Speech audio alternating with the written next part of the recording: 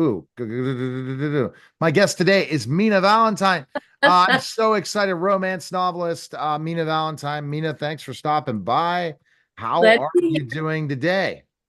I am busy girl, busy girl. Busy. So our topic today, which we wanted to cover because you were very intrigued to talk about this on, we're talking on, is how language during that time period, and they spoke differently, right?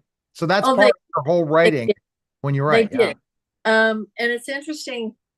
They had certain contractions, like they had I'm and they had don't, but they didn't have didn't. They have can't, but didn't have couldn't. They used shan't a lot. I shan't do that, or twas. They use that, and they use Aye a lot instead of oh boy or wow, which I see a lot in some of these historical novels. And one of the novels I was reading, it was a good storyline, but the verbiage that she said in the dialogue, this is what I want, full stop. Now, if you said that in 1796, they'd be going, what are you stopping for? And words like sibling, they didn't have that word. That was not in their vocabulary. It's a French derivative. So they still use my brother, my sister, etc., etc. Um, they would have a lot of slang, but not typically in the upper crust. The royalty or the aristocracy rarely, if ever, spoke the slang. Now, they did have pretty good curse words. Um, one of the better ones that we use, they used. But instead of an asshole, they called everybody an arsehole. I don't know. I don't know where that came from, but um, but the conversations that they would have between a man and woman are completely different than the conversations a man and woman would have today. Very formal, unless they were courting, or even then, they didn't really get too cozy or comfortable. Just really different. And I have a lot written down, and I have a lot of words.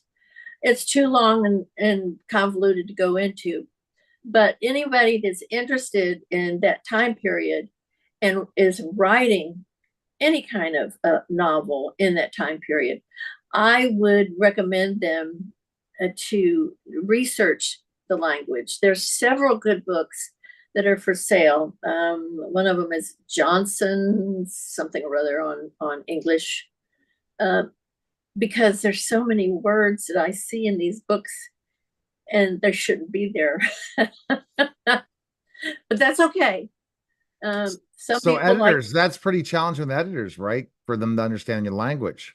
yes, and that's why it's really important to interview the editor. No, don't just accept one at face value. You need to ask them, have you ever done that time period? Have you ever done Regency romance? Are you up on the verbiage?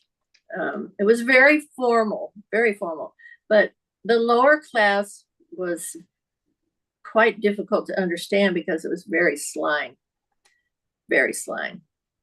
Okay. I have a lot of it, and I have some books on it, but I hesitate to put it in my novels because it's really hard to understand. I do use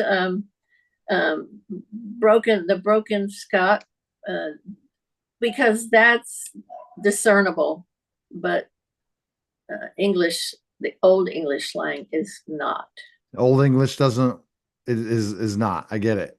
It's interesting. And so how did you do that? From reading lots of books, did you learn about that? Yes, and then I started researching, because, like, uh, they didn't use the word towel. It was a washing cloth or a drying cloth.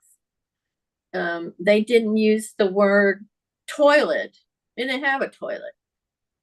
It was, if they had one, it was a necessary room.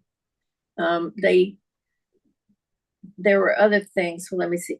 The bed sheets, they didn't say bed sheets, they said bed clothes. They didn't say nightgown, they said night rail. And so you have to, first of all, be alert that when you start writing something, you go, wait a minute, I'm wondering if this was a word they used in 1796. And then you got to look it up and see, because a lot of them were, you're so cute. No, you're not. No, you're not so cute. You don't say that. um, they, even little kids at the age of 5, if they were in the aristocracy, they spoke very formal. Uh-oh. Okay. That's my You're Christmas already ready music. for Christmas? No, I'm ready for Halloween. Okay. That's one of your favorite holidays, right? I can't. Oh, all the holidays. I decorate for all the holidays. I go berserk. It's it's completely over the top, and I should be ashamed of myself, but I'm not. I That's love good. them. That's a good thing. You go ahead and Oh yeah, decorate. I have life size. And you said, but they don't do it in your time period of writing. They didn't do many holidays. They didn't decorate. Oh no, no, no. Their idea of decorating at Christmas time was to have um, fur. The tree fur, not the animal fur, Right. and decorate with that. They had mistletoe, but about 1810, 1815, the upper class considered that gauche, uh, the mistletoe. But I have it in one of my novels that they have decorated with mistletoe. The servants decorated with mistletoe, and she said, "Oh, we can't do that. That's considered gauche." And her husband says, "I'm leaving it up because if I want to kiss my wife, I'm going to kiss my wife." All right. Sounds fantastic. Best place to go, MinaValentine.com. Pick up the Please book do. today. And they can send me a message too. I like to hear from my readers. So please, please, please talk to me, All and right. I will come All back. right. All right. Thanks, Mina. Thank you. Have a great weekend. You too. All right. That you're listening and watching the Neil Haley